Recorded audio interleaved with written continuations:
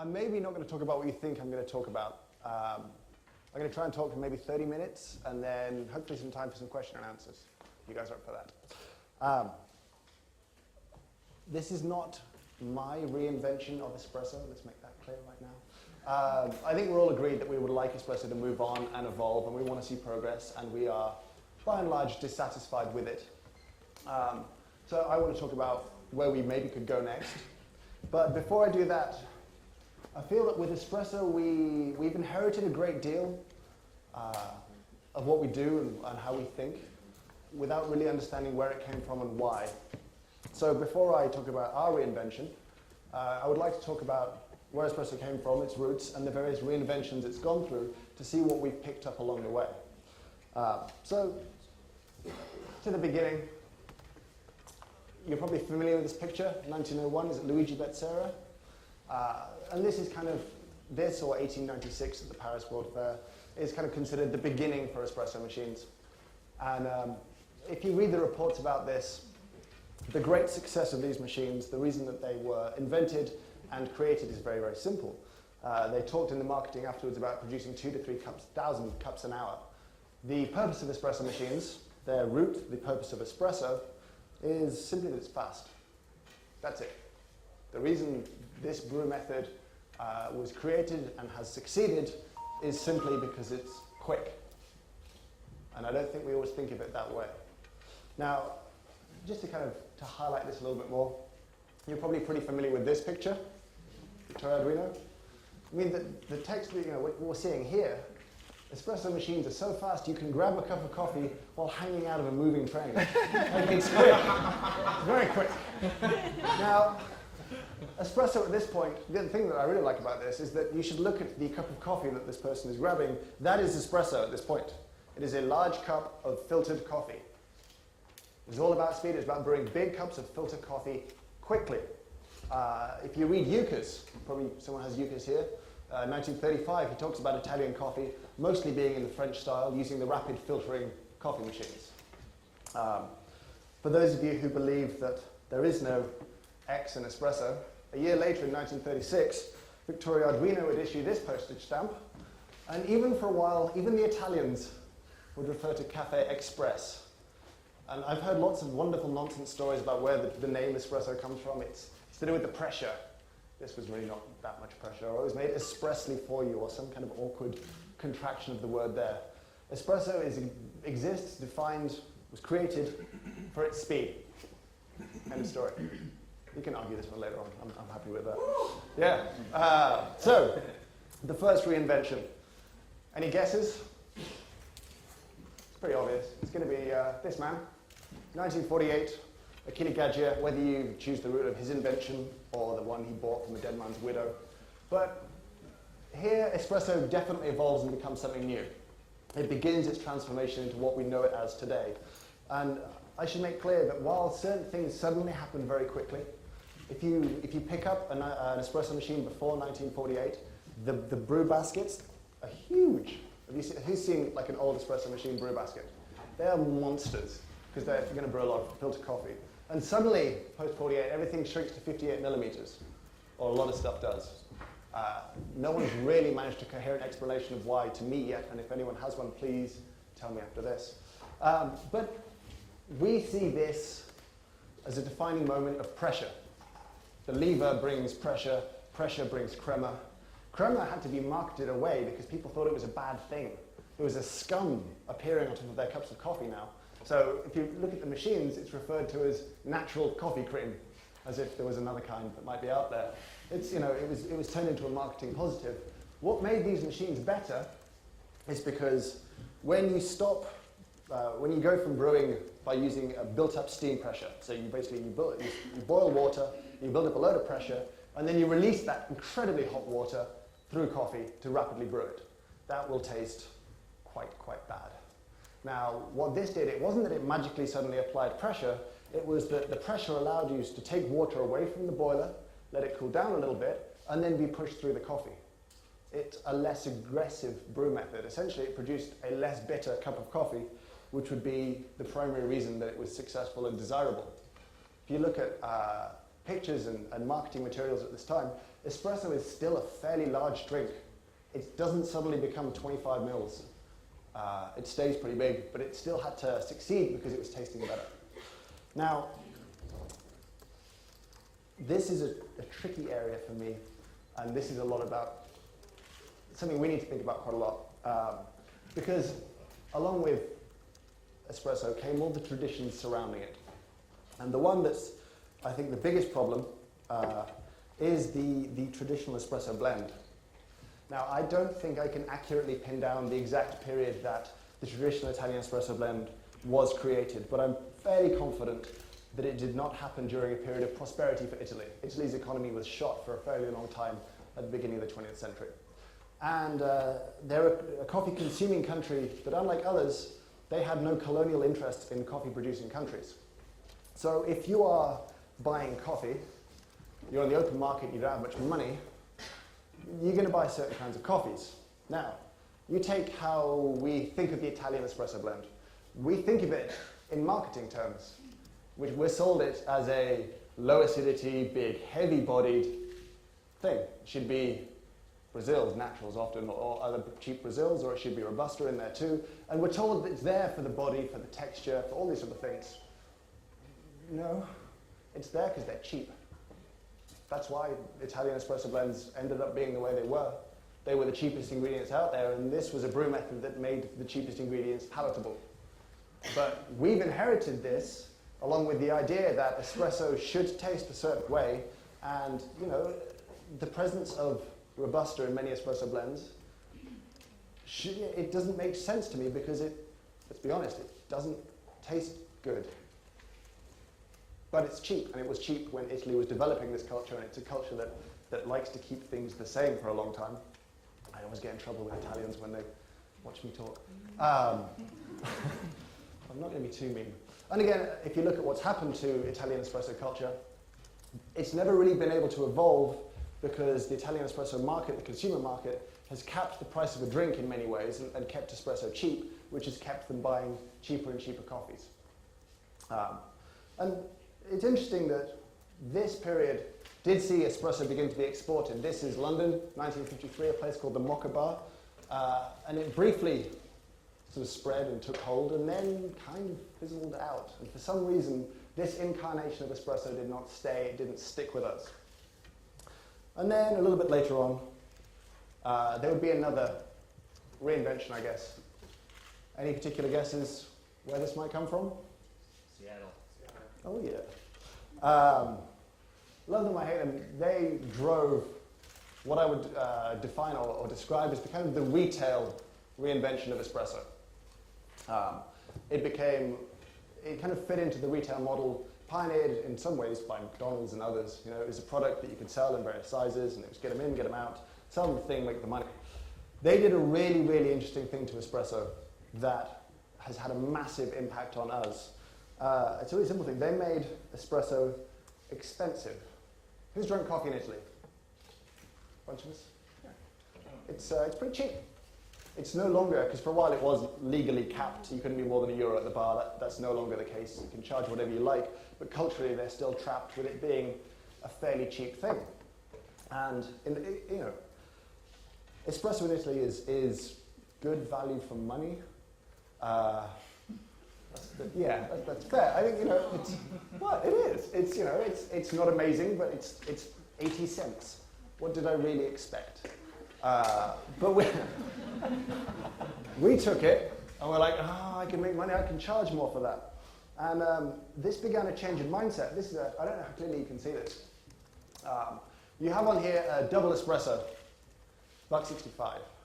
You've got 12 ounces. A tall cup is 12 ounces, right? Drip coffee. 135 is that? Which one uses more ground coffee? Which one has a higher cost of goods? I would suspect that 14 grams would go into the double espresso. Probably a little bit more would go into my 12-ounce cup of coffee. So what I'm saying is that by brewing it through an espresso machine, I am making a smaller portion of coffee delivered in a smaller vessel with a smaller amount of liquid. This is now more valuable. The subtext is espresso is better, which is a really awkward thing to sort of think, but that's what we began to say with our menus. And suddenly, we were able to charge a lot more for coffee than we had done before. You're looking here at, before, 20 grams of coffee, I could maybe get $1.35. Now, with less coffee, I can get $1.65. That certainly will fuel some healthy gross profits and some expansion and some success, which allowed them to, do that, be everywhere. And also at the same time, it pioneered the model of selling coffee, which is you queue up, you place your order, and you give your money to a person, and you wait, and then a different person gives you the product, and you leave. And that is buying a Big Mac, that is buying an espresso. It's the same thing. There's no connection, you queue up, it's fast food. And this is how most coffee bars in the world sell espresso. We sell it like fast food because it works really well in this kind of model. And maybe for a while they got away with selling the romance. I get really annoyed when we describe espresso, traditional espresso brewing as kind of theatrical, as if that's an important thing. There is no theatrical production in the world that I would pay to watch every single day of my life. It would become quickly quite tedious. So I don't think we can get away with saying, oh, it's good because it's theatrical and entertaining. Maybe once. Okay, third reinvention. The one that, for us, I think, caused us the most problems. Any guesses who this one belongs to? Shomer. Oh, yeah. Oh, yeah. It's just, what? I know. I thought about a tie and then it just seemed wrong. Just drink it in. No, I'm probably going to pick on him a little bit, and I don't mean to be mean, but this, for me, I would define as the technical reinvention of espresso. Because we got to the point where we were charging quite a lot of money for it, we were telling people it was better. We began to pay attention and realized that small changes in our preparation methods were yielding very big changes in what we would taste and what we would drink. So we began to explore those a little bit more and try and get more out of them and understand them better. And unfortunately at this point, this really kicked off, for me, the kind of fetishization, is a word? Yeah, of espresso. And also kind of created a kind of rampant breeding ground of strange theories propped up by half-remembered science. Like, we got really good at like the pocket science theory of why coffee does this and that. Now, a quick question. Show of hands, how many people here, if brewing a double espresso, would use that much coffee? All right, not many of you. So we would use more. Why would we use more? Because we like the stronger mouthfeel, we like the texture. Would you say that's fair? Yeah. You do realize that makes absolutely no sense whatsoever? Because you're talking about strength. And strength is a function of coffee in and liquid in. I can make an espresso from 14 grams just as strong as I can make an espresso from 18 grams. I asked Willem this question the other day, and he gave me the correct answer, as if I was an idiot. He was like, well, I use 18 grams because I want 30 grams out. And not everyone thinks like that, but it's technically the right answer. You use more coffee in theory, so you could make a bigger espresso of the same strength. But to use more coffee to get a stronger drink, that doesn't make any sense. With me? All right. The reason that most of us use more than 14 grams now has nothing to do with recipe. It has everything to do with preparation. 18, 19 grams is how much a basket holds when we fill it volumetrically and level it. And we were using, people were using equipment not designed to grind to order and trying to find a way to, with as little waste as possible, grind to order. So we would fill the basket and that became our measurement. And at the same time, suddenly we went from using 14 grams to 18, 19, 20. Huge leap up, huge change in recipe. With the best intentions, I want to have freshly ground coffee every single time I pull a shot. That's very laudable. That's the right way to think, absolutely. But grinder manufacturers were not on our side, and so we had to do this. And the other problem then became, well, bigger doses should mean that we can brew bigger espressos in theory. You have a recipe, if it's 60 grams per litre, that can scale up. But what we began to do was this, and I'm not picking on him again, but this was served to me by Mr. Shomer. That's like 20 grams of coffee in, and that's the total extract out. So we began to use less and less liquid to brew the espresso for a number of different reasons. Now, who's read Schomer's book? And I read it. I fell hook, line, and sinker for what espresso could do, because the way he talks about it, it becomes a near magical process. And his description of how espresso can taste, the incredible kind of caramel sweetness, and you know what I'm talking about? Who's actually had coffee from here? And keep your hand up if you felt it matched the description in the book. Yeah, it was really confusing, but we began to kind of encourage this myth that espresso is the best way to make coffee. It's magical, it does this incredible stuff, and it changed the way we did a lot of stuff, and it created, I think, new benchmarks. Who's drunk quite a lot of espresso in Italy? Like a good amount? A few people? A well-brewed espresso there, for me, has the texture of single cream. It has some nice mouthfeel. It's not thick and heavy, but it's pleasing. In a way, our new increase in dosing and our decrease in amount of liquid we're brewing has meant that our baseline expectation for texture is totally different. We now are disappointed if an espresso isn't like double cream, like heavy cream, thick and gooey. And that's problematic because most espresso machines now can't effectively extract a very large portion of coffee with very little liquid. Can't do it. There's not enough solvent for all of the stuff that we need when we're brewing under normal conditions. So what we tend to get is increased under extraction. Now, if I gave you a bag of coffee and I said dial it in, so you go away and you dial it in and you're dosing pretty heavy and pulling this nice looking espresso, really beautiful looking espresso. But no matter what you do, you pull it slow, a little bit quicker, it's always a little bit sour. Your ultimate feedback would be to the roaster, I think you roasted this a little bit light.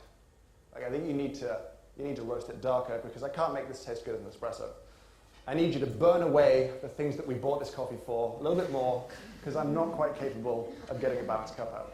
Does that mean? I don't know. But I think for a while it certainly pushed us darker and darker and darker because you roast darker, the coffee is more fragile, it's less dense, it's easier to extract. So when you're struggling to extract properly, it makes a lot more sense to use a darker roast. And this, for me, was a period where we picked up a great deal of these. So, who's been making coffee for more than 5 years? Show of hands. All right. Who used to tap the portafilter while they were tamping? Yeah, you did. Who does it now? Interesting. Now, many of us could justify that through it's all got to knock the coffee in because if it stays on the walls, then it'll extract different. Oh, whatever rubbish. We can't explain it, so we don't do it anymore.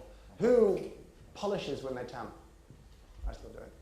Any good? Anyone feel like they want to offer a really good, coherent explanation about why we add that additional effort 200 or 300 times a day?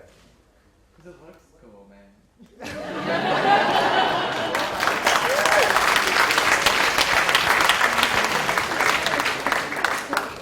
That's why I do it.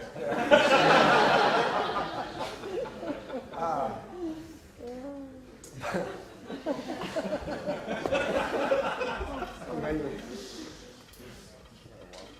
But we do a lot of things that don't make sense. And for me, one of them is, when do I stop the shot? You stop the shot when it gets a little bit blonde. Who is trained that way? Yeah? What an awful way to be trained. That stresses me out. Because, like what, when it changes color, it just gets lighter and lighter and lighter. And at what point is blonde blonde? I don't know. If I put a video up of a shot brewing and you want a little buzzer to push when it went blonde, we wouldn't be like, that's the right point. As a group, we'd be like, no, it'd be a mess. None of us would agree. And if we had to do it 5 times in a row, chances of us being consistent 5 times in a row with the same video are not so good. And the thing that annoyed me is that it's blonder because we're extracting less. But just because it's changed color, it's now magically bad tasting things? Like, what if it's still good? It's just less coming out. It's paler because there's less extract. It's weaker liquid coming out of the portafilter. But we know nothing of the quality of that liquid. But if it's, when it gets blonde, you've got to shut it off. Why? But we do this, we train this, we don't think about things in a way that we could. And I think that really holds us back in terms of what we could do, what we should do. And so we get to us and what we want to achieve. Because as I said, I think we're all dissatisfied with espresso. Is anyone super satisfied with espresso? Like, anyone feel like we've reached the pinnacle? And I guess that you could be really mean and say that maybe some parts of the world felt that way in 1961, and we're like, yeah, we've done it. Espresso's finished, good night. And technology did not evolve much past then. The one thing that I'm nervous of is that we often confuse these things.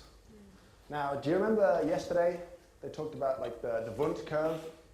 And that's one thing with, say, texture I think is really interesting. I think that our texture preferences have moved away from our customers, mostly because of boredom. And I think boredom is a big driving factor for all of us. If we're honest, it really is. And often we're as satisfied by novelty as we are by innovation. Novelty is easy. Novelty is just new.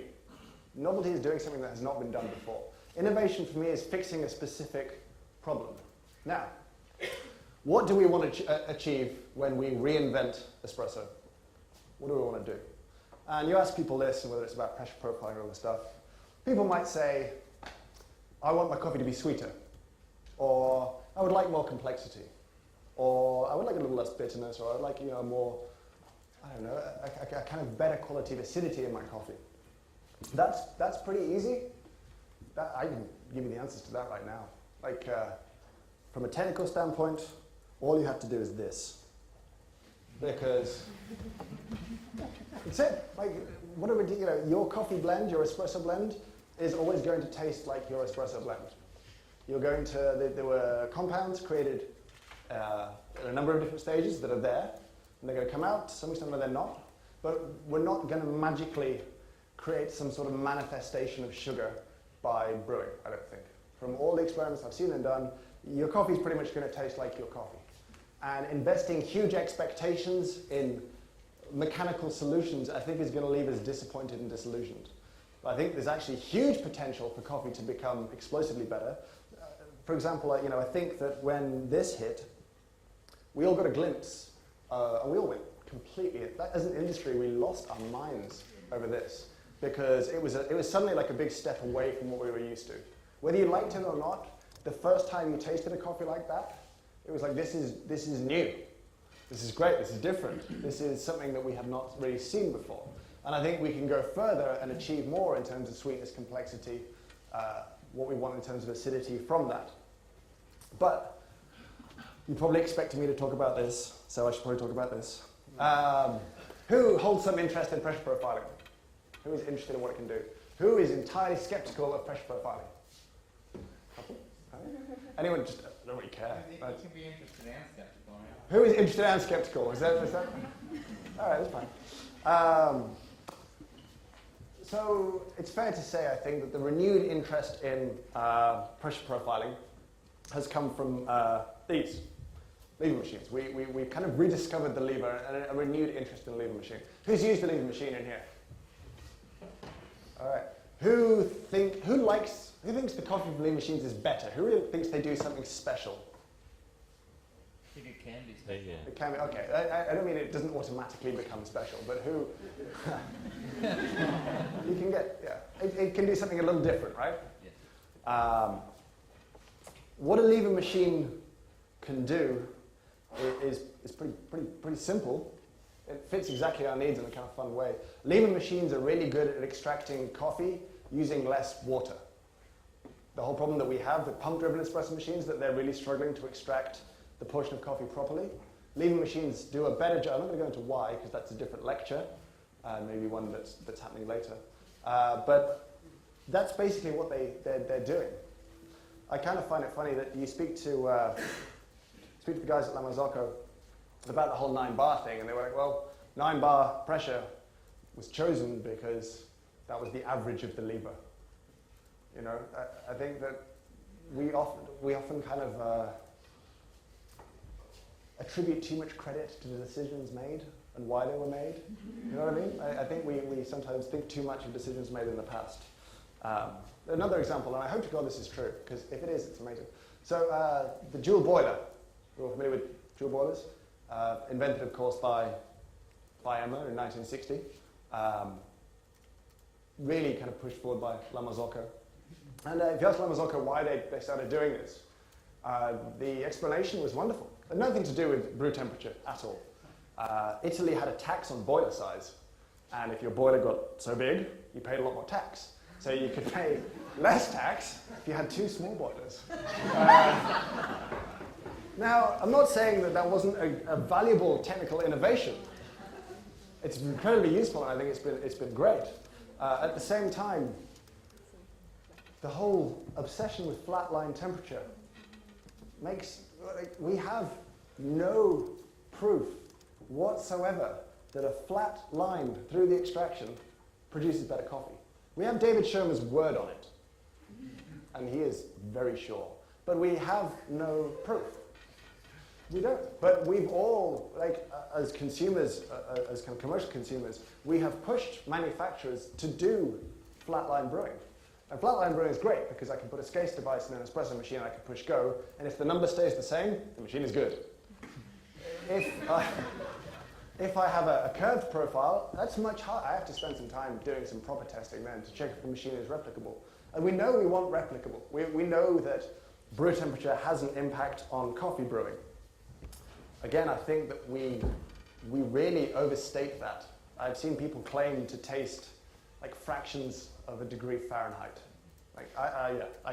Coffee wasn't tasting right, so I took it down half a degree Fahrenheit, and it was much better.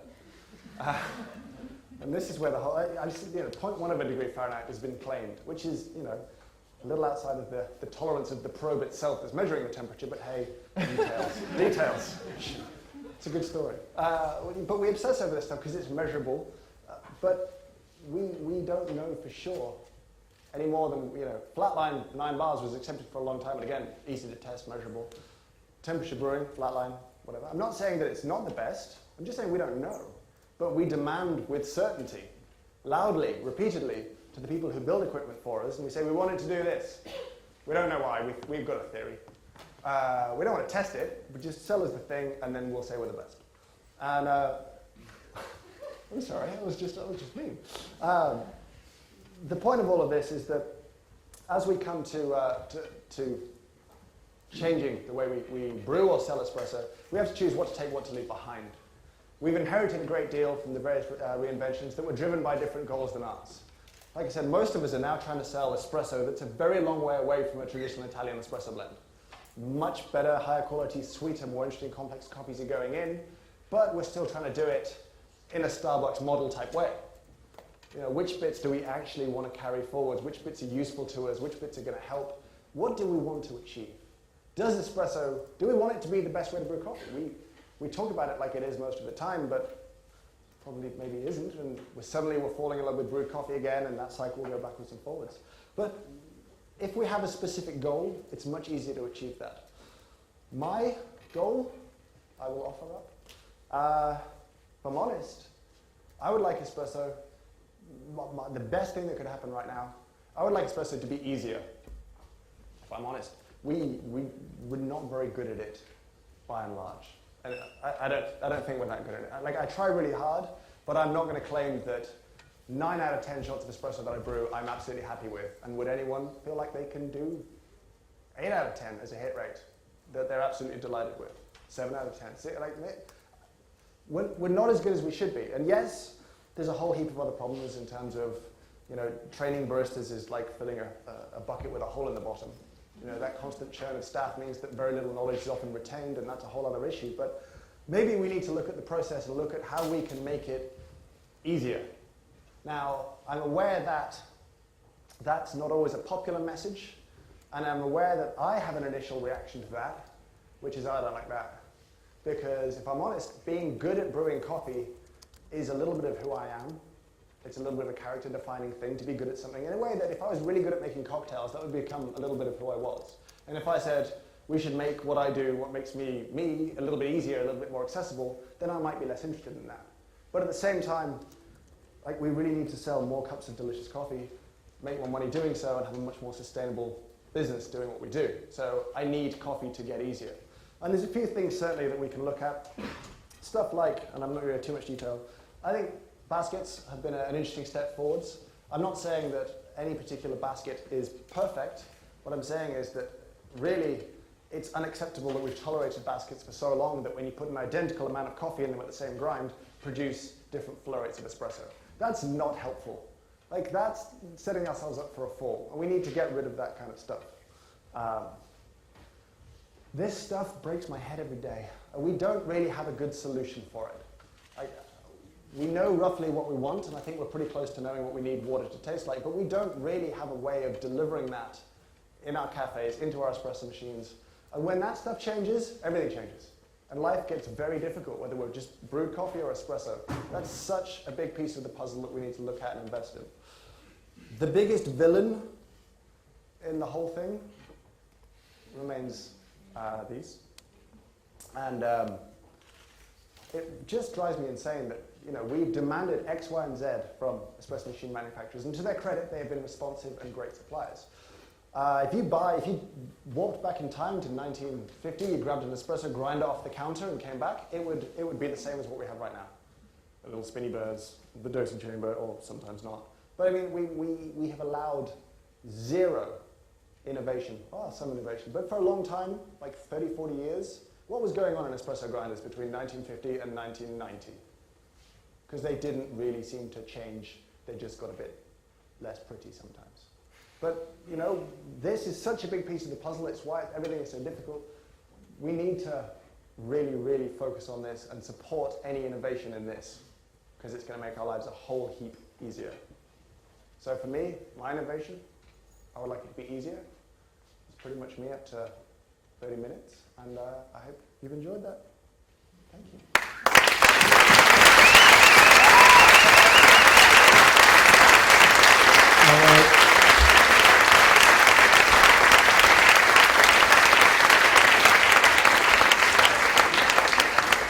Well, since there'll be no questions, we can... Anyone got a question? Questions? If there were none, that would be great. That would be awesome. If you imagine, I'm going to ask the first one. So you have, there's this idea of making things easy. Mm-hmm. I understand that. Yep. I understand, especially in the terms of the model of shops that we have right now, having things easier, more consistent would be great. Is that the model of shop that we want to have? Not for everything. I think we constantly look to the restaurant industry for kind of inspiration, whatever else. The thing is that out there are many, many, many different kinds of restaurants. And when you walk into one, there's a number of visual clues of what you're going to get. I think we could do with a little bit more differentiation in approaches to coffee. And we're starting to see it. I think that there's been shops opened, and we'll probably hear more about those tomorrow, that have been different. And immediately you walk into a space like Venice, Intelligentsia's shop at Venice, and you know that this is something different and wonderful and new.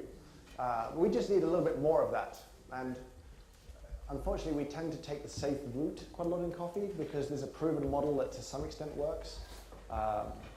But yeah, I would just like to see us do more interesting stuff. The more variety in our presentation, I think the more accepting the consumer can be that it is a product with great variety. Good. Next question. We know that you want the edge of burrs taken off if you're buying a brand new grinder. But beyond that, what do you want from grinders? Beyond the laundry list. I would like an ideal world, like just absolute ideal world. I would like a grinder that produced a weight portion of coffee, like it dosed by weight rather than by time. I would like a grinder that generates as little heat as possible, that ideally retains no coffee in the burrs, because when you grind coffee, it's a fantastic insulator. And once you have ground coffee around a burr chamber, that stuff stays hot. I would like burr chambers to not expand when they get hot, causing our grinds to change because we got busy. Like that's really not fair. Like the moment you get busy, everyone has this, right? Your grinder gets hot, the burr collars, usually made of aluminium, which will expand a reasonable amount under heat, and your grind's changed. It's now usually coarser. Most of us experience this, so we now have to chase the grind. Or actually, those of us with timer grinders have the temptation to updose a little bit just to fix the problem right now. My coffee's a little coarse, but if I updose, the flow will slow down again, it'll look right, but it'll become even more under-extracted because I've now got more coffee to extract at a coarser grind. So that, if we can do that, that's a lot to ask already, but just give me a nice portion of coffee consistently, and don't change what you do just because I asked more often. Is that? So yeah, consistency of grind size would be a huge deal. Any more questions?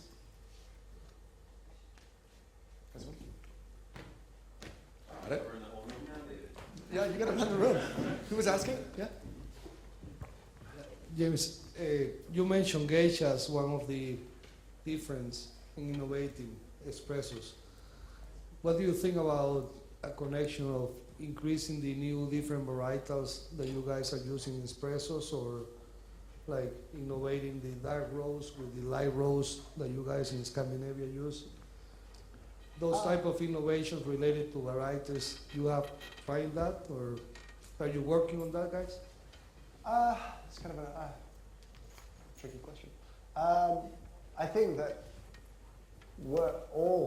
everyone in this room, I think, is very interested in tasting coffee that tastes like coffee we've never had before. You know what I mean? Like we are constant neophiles. All of us in this room are probably neophiles. We're constantly driven by the taste of new things.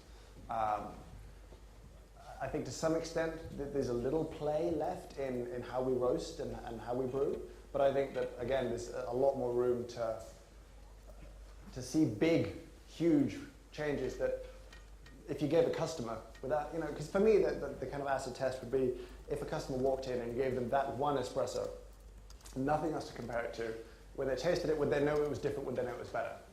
And in truth, a lot of the stuff that we faff around with, we do a little A/B tests, and we go, this one's a little bit better, so therefore I've made a better thing. Customer doesn't notice, it just tastes like a nice cup of coffee to them, which is fine. But I think that varieties or processing or again, really pushing ripeness as far as we can and you know, understanding ripeness better would be so interesting in terms of the possibilities for sweetness and that kind of stuff in espresso that I think a customer would absolutely notice on taking a sip. Does that answer the question? Yeah. Okay. Other questions? Tim, Jay, would you hand Tim your mic? Yes.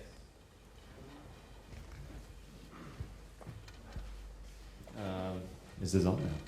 One of the few things, one of the many things that fascinates me in Schomer's book is that he's writing about espresso as a cuisine. And he definitely has developed a very specific cuisine, I think, within espresso. But what I think when you travel around and taste espresso in many cities, we're all trying to sort of achieve the same thing, which I just want to hear your thoughts on. Is there room for having, still, if you measure it, it's 14% extraction. Is there room for very updosed, under-extracted shots to be a delicious thing? Can we accept that as an industry?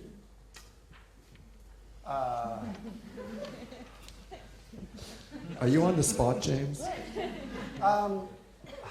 Judd, I mean, I don't think we do all want the same thing.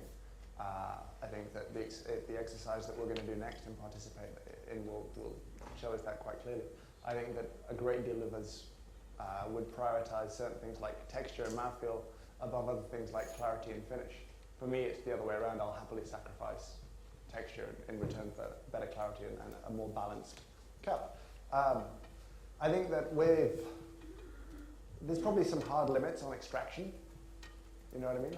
I think that there's going to be places where it is just badly made in the way that, you know, food can just be badly cooked. Whether you don't mind it so much, whether you don't mind badly cooked food is a whole other beast, and there will always be a market for that if you can offer it cheaply enough. But I think this, yeah, I'd like to see, I think we've got a much wider definition of espresso now than ever. It seems to be, you know, a concentrated cup of coffee brewed rapidly. That's about where we are for a definition these days. And yeah, that can be, I think there's wide room for having better lungos. If that's really what you want, I think there's a way to do the lungo better. I think there's a way to do the ristretto better if that's really, really what you want.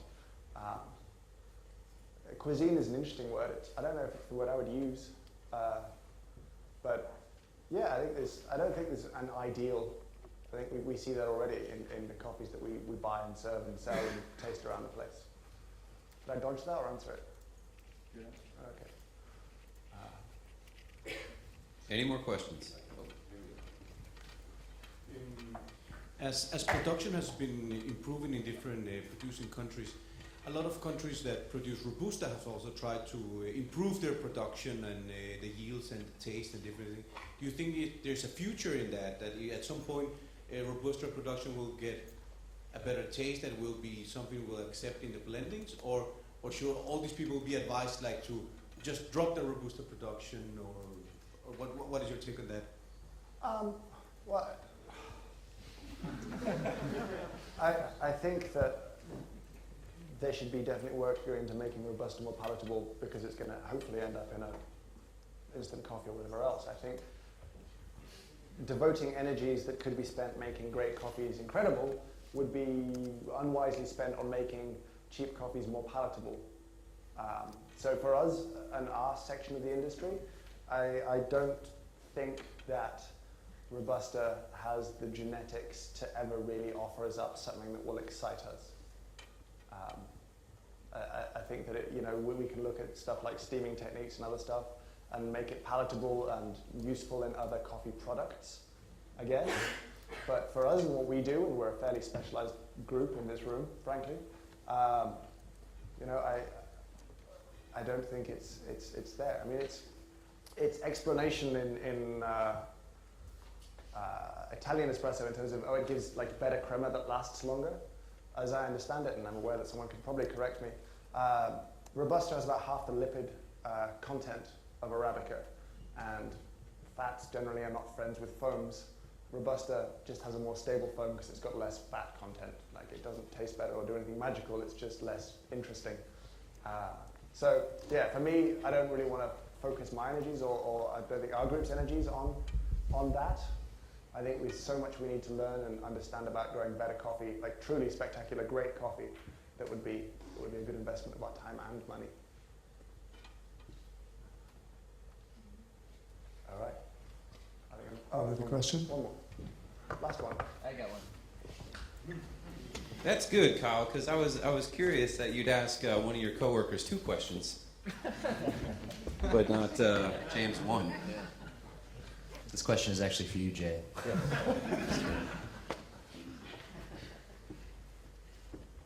So, you talked about grinders. Yep. What I feel very strongly, and I think that part of making espresso easy is maybe a sort of full-bore scrapping of the machinery that we currently have, and actually kind of looking at it from a child's perspective, maybe bringing in some engineers in other industries. What does that setup look to you? It's the year 2030, and we've gone through this process of kind of reimagining what our equipment can do, what we want from it, something that makes it easier, something that makes the threshold for training maybe lower. Because I've always said, what makes a great barista is not your ability to tamp evenly every time, it's your ability to taste what comes out. What does the machinery look like in your view, in your mind's eye? What do you sort of dream of that whole setup? Sorry, do you have 20 minutes? Yeah. Like, as in, what do I want it to do, or more like, how do I think it'll do it? Or Yeah, sure. No, you've got the stage. You have an opportunity to make some demands, and I think it might be appropriate to talk about what you see lacking, and because the machines do not facilitate. The best machines right now are the hardest to work on. The ones with the highest ceiling are the ones that are the hardest to work on. I think generally in our tier of coffee, there's this allergic reaction to anything that smells like automation. Yep. And for me, it's like I just want everything automated. I want it to be awesome, and I want to hit a button, or whatever it is. And I want it to look awesome on my bar, and I want to feel awesome every time I drink the espresso, and I want to be able to make twice as many as I do now, and have everything be awesome. I'm pretty much with you. I think the thing that really drives me insane is when people write off any new idea because it doesn't immediately fix everything at the same time. If you go, I'd like weighing scales in the drip tray. I would like a weight-based dispense for my espresso machine. People are like, yeah, but just because it's 30 grams doesn't mean it's going to be good. Like, that's, yeah, you hear it all the time. It's a really bad argument, and it will help me make better espresso than I do now. You know what I mean? So it's like shot timers, just because it's 28 seconds. Yeah, granted, great point, but it's really helpful to me to have a very large shot timer so I can see how long my espresso is taking, so I can control it better, so I can do a better job. Yeah, I'm not afraid of more automation. You know, to say it out loud does kind of feel scary. Like, what if we become obsolete? But you know, there's a great deal of, you know, a bartender. It's like moving from having to kind of concoct and distill every spirit properly before you can mix a drink. You know what I mean?